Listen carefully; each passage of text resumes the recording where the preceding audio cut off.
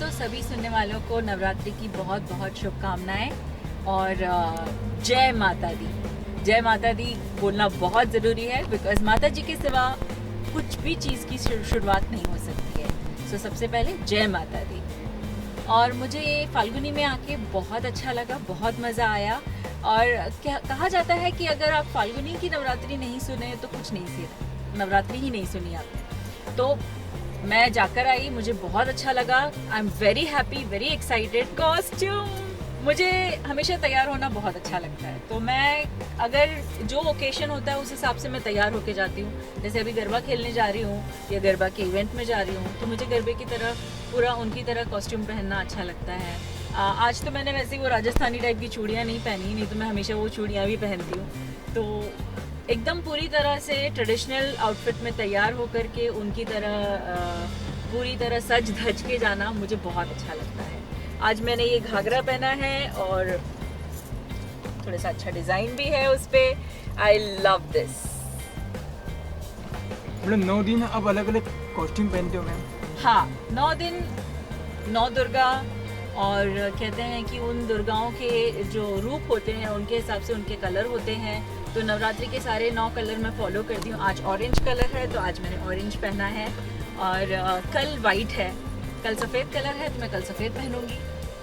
आपने मैं उपवास भी रखा है सुना हमने। हाँ, मैं सिर्फ फल पे उपवास करती हूँ।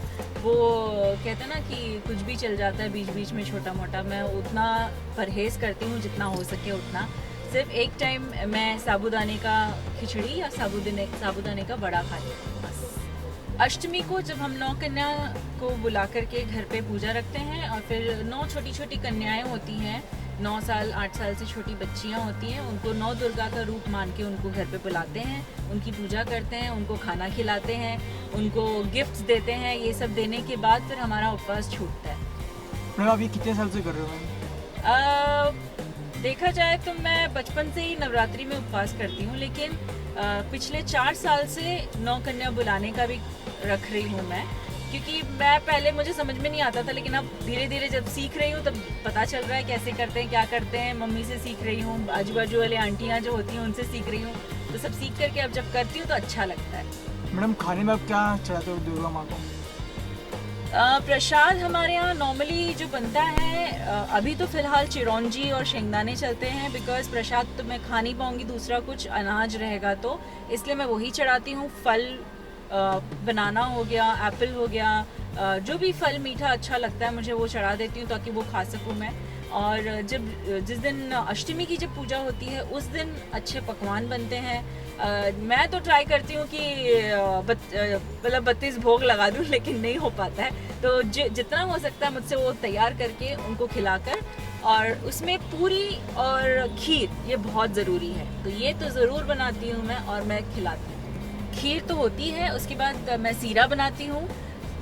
स्वीट में 2 ही चीज़ें ज़्यादा बनाती हूँ, बाकी तो मिष्ठान हो गया, पूरी हो गई, 2 सब्जियाँ हो गई।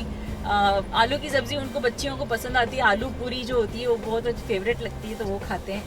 चना होता है, चना खाना ज़रूरी है तो वो चने की सब्ज़ी बनती है। बोलिए मैम। चने की सब्ज़ी बनती है, वो चना ज़रूरी है, वो भी देना। चना, पूरी और खीर, ये 3 चीज़ें ज़रूरी है।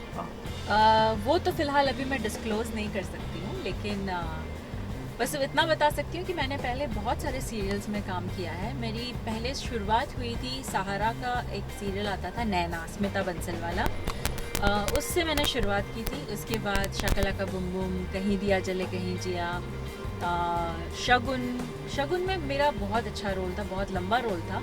और उसके बाद काफ़ी सारे छोटे मोटे सीरियल्स किए हैं, जैसे इंस्पेक्टर विजय एक था, और ACP के मतलब डिटेक्टिव सीरियल्स जो एपिसोडिक थे वो किए थे, और फैमिली नंबर 1, काफ़ी कुछ किया। उसके बाद स्टेज प्लेस भी किए मैंने, हिंदी में किया, गुजराती में किया है, संस्कृत में किया है, इंग्लिश में भी किया है। और उसके बाद काफ़ी लंबा गैप लेना पड़ा मुझे, मैंने अभी गैप के बाद अब वापस आई हूँ। तो मुझे लगता है थोड़ी सिचुएशन चेंज हो गई है अभी, शूटिंग के लिए, हर चीज़ के लिए सिचुएशन थोड़ी चेंज हुई है। 10 साल का गैप है तो डिफरेंट लगता है थोड़ा कि क्या हो, पहले क्या होता था, अभी क्या हो रहा है, काफ़ी कुछ चेंज हो गए हैं। But I am definitely trying my level best कि मैं उस लेवल पे पहुंच जाऊं। और मैं अपनी पूरी तैयारी कर रही हूँ, मैं हर तरह से अपने आप को तैयार करने की कोशिश कर रही हूँ। And I think God B with me. बेटा आपका कोई बेस्ट सेलिब्रिटी कौन है मैम आपका? मेरा फेवरेट? Yes ma'am. मेरे फेवरेट में भी कैटेगरी अलग है, तो मैं कैसे बताऊँ। मेरे फेवरेट में आते हैं Akshay Kumar because of fitness, Aamir Khan because of acting, और Ajay Devgan because of dedication. और हीरोइंस में अगर देखा जाए तो मुझे काजोल बहुत पसंद है, और उसके बाद माधुरी दीक्षित पसंद है because of her dance tactics. मैं उनको कॉपी किया करती थी बचपन में, और उनके जितने गाने आते थे सुनती देखती थी टीवी पे, और सेम कॉपी करके मैंने कई बार प्राइजेस भी जीते हैं। तो माधुरी दीक्षित ऑफ कोर्स। श्रीदेवी मुझे बहुत पसंद है, और अगर पुराने ज़माने की हीरोइन कहें तो उनमें मुझे मधुबाला बहुत पसंद थी। वो सिंगर की बात करें तो सिंगर में आपको कौन पसंद है? सिंगर में जहाँ तक मेरा सवाल है, मुझे सिर्फ 2 ही पसंद हैं, लता जी और आशा जी।